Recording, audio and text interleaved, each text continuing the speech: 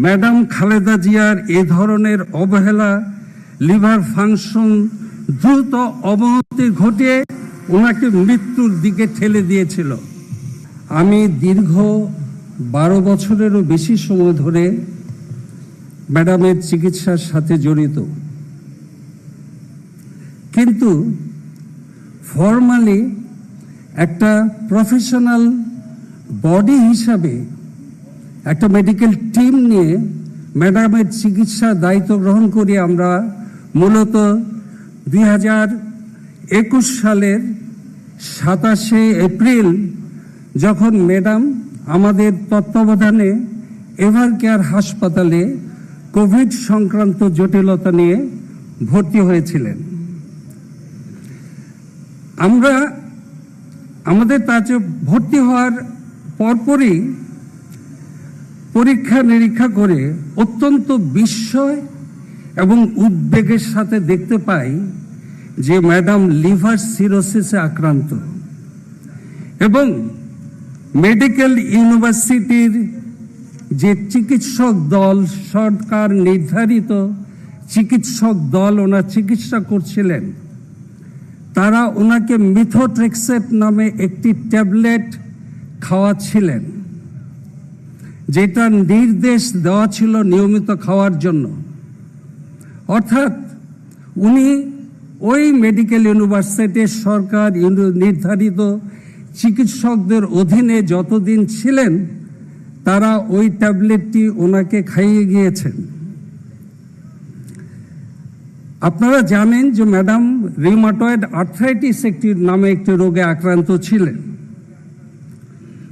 এবং রিউমাটয়েড আর্থ্রাইটিসে যারা আক্রান্ত থাকেন তাদেরকে মিথোট্রেক্সেট এই ট্যাবলেটটা দিতে হয়।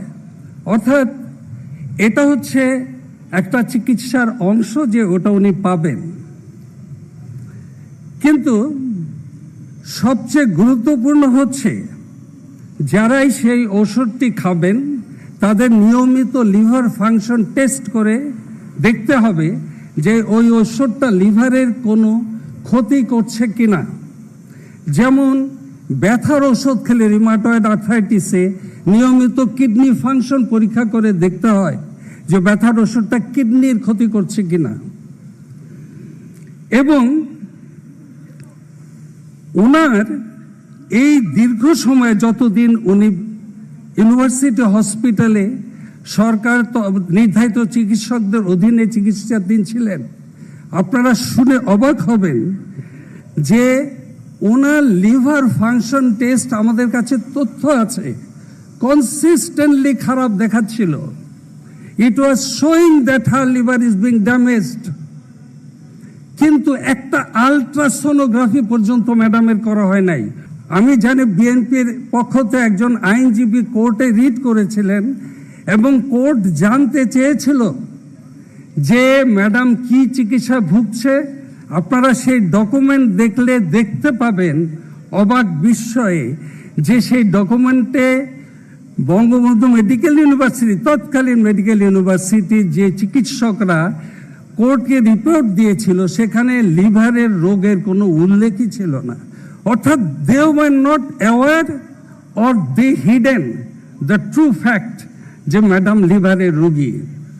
আজ দেশের লক্ষ কোটি মানুষের বুকের ভেতর একটা আফসোস, সারা জীবন গণতন্ত্রের জন্য, মানুষের জন্য, ভোটাধিকারের জন্য সর্বোচ্চ ত্যাগ স্বীকার করা মানুষটি যদি আর কিছুদিন বেঁচে থাকতেন, যদি দেখতে পেতেন মানুষ নির্ভয়ে ভোটাধিকার প্রয়োগ করছে, তাহলে কতই না ভালো লাগতো আমাদের জন্য।